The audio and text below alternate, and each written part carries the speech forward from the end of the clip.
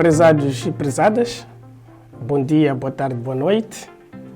Eu sou Justino Bata e dou-vos boas-vindas à videoaula do módulo de Ética e Deontologia Profissional, que a nível do curso de Licenciatura em Administração Pública da Universidade Aberta I7 é lecionada no segundo bloco do quarto ano. Hoje iremos falar da ética e direitos humanos. Para início de conversa, vamos nos debruçar sobre a vida humana como valor ético. Como um pontapé de saída, podemos ver que para Costa, qualquer ação humana que tenha algum reflexo sobre a vida das pessoas e seu meio ambiente deve necessariamente implicar o reconhecimento de valores e uma avaliação de como estes poderão ser afetados. O primeiro desses valores é a própria pessoa, com as peculiaridades que são inerentes à sua natureza, inclusivamente às suas respectivas necessidades materiais, psíquicas e espirituais. Mais à frente podemos ver que entre os valores inerentes àquela condição que falamos há pouco está a própria vida, que apesar de não ter uma origem muito bem clara, deixando de lado o histórico e o eclesiástico, ela consegue associar elementos que produzam certas condições a ela própria inerentes. Então podemos ver aqui os direitos humanos, defesa da pessoa e da vida. A expressão direitos humanos, por uma questão de contextualização, diz respeito ao direito à vida.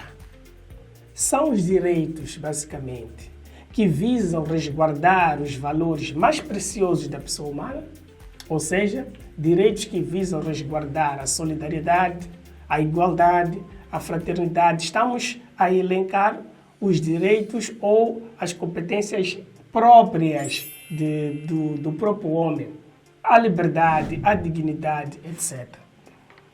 Apesar de facilmente identificado como construção de um conceito, não é uma tarefa fácil, ou seja, definir direitos humanos, onde é que começam, onde é que terminam, por onde andam, não é uma tarefa fácil. Entretanto, eles colocam-se como uma das previsões absolutamente necessárias a todas as constituições, no sentido de consagrar o respeito à dignidade humana, garantir a limitação do poder e visar o pleno desenvolvimento da personalidade humana. O que estamos aqui a dizer é muito simples. É que todos os Estados de direito e democráticos que nós apregoamos devem ter nas suas constituições consagrado o direito à vida, porque tem-se ela como o mais alto direito que a própria Constituição reserva. Afinal de contas, a Constituição não pode ser para os animais, pode ser para os bens materiais, mas é sobretudo para a pessoa. Logo, todas as Constituições devem ter consagrado o direito humano, o direito à vida. Para terminar esta construção do conceito, podemos ver aqui que direitos humanos são direitos do homem.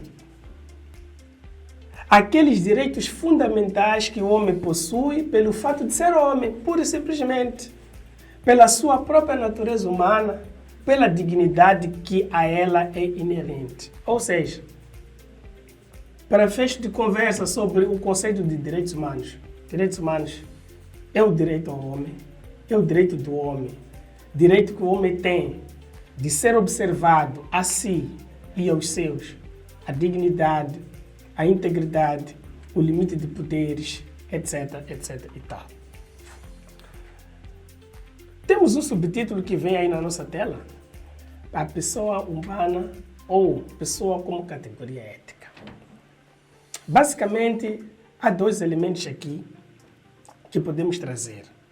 A realidade humana ela não se limita no ser biológico, uma vez que exige e comporta outras vertentes como a psicologia, o social, o cultural e o moral. Por isso, o ser humano é resultado de vários processos biológico, psicológico, sociais, culturais, morais, etc.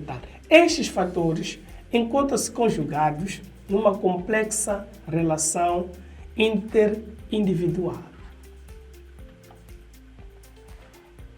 Como vemos no outro subtítulo, caráter sagrado e absoluto da pessoa humana. Este é um campo extremamente importante e que devemos nos centrar aqui.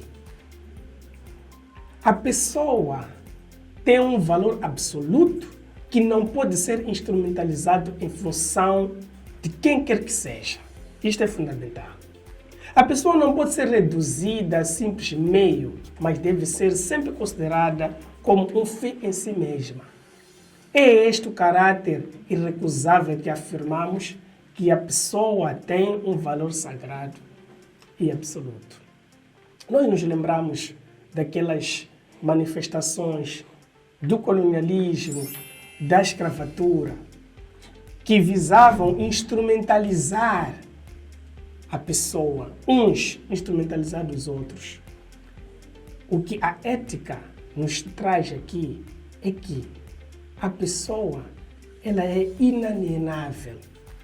Ela não pode ser de forma alguma instrumentalizada. Só por ser pessoa já é uma condição que não lhe permite ou não permite aos outros subjugar e desenvolver ações que vão em contramão com a própria natureza do homem.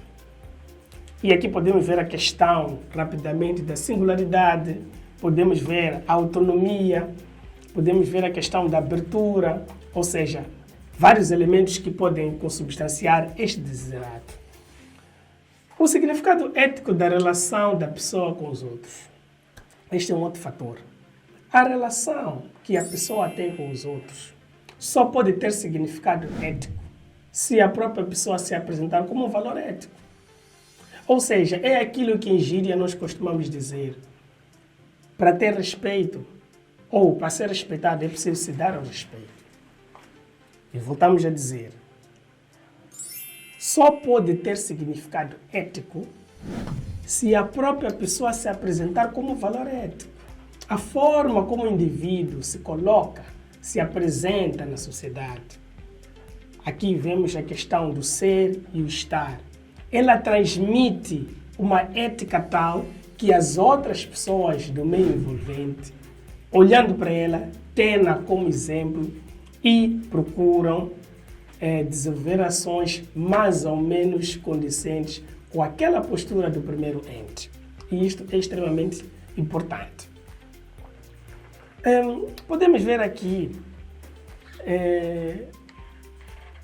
a instrumentalização do ser humano como um valor, dizemos valor entre aspas, como uma situação que não pode estar indexada ao homem. Podemos ver a forma de não aceitação à libertação, ou seja, o homem deve ser livre.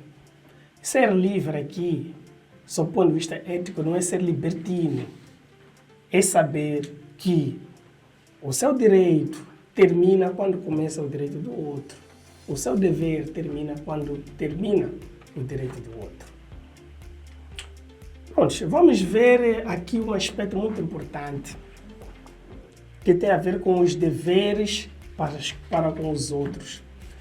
Isto é muito importante porque nós na sociedade ensinamos que nós não vivemos sozinhos e para tal, para viver com os outros devemos ter deveres. E dizemos o seguinte, o dever querer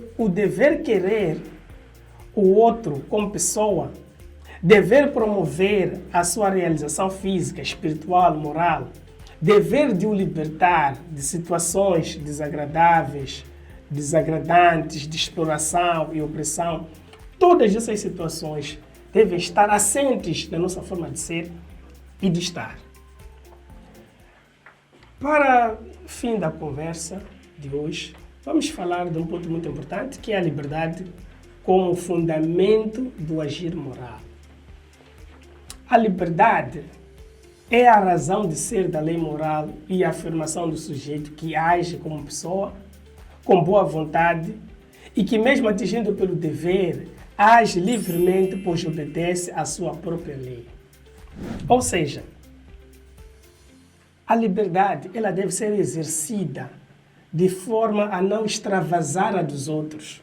A partir do momento que a nossa liberdade é exercida não tendo em conta diversas situações vivenciadas pelos outros, pelo meio envolvente, então nós estamos a ir contra a ética e a moral. Eu sou Justino Bata, terminamos por aqui a nossa conversa de hoje, na esperança de nos encontrarmos no outro dia. Muito obrigado e até a próxima.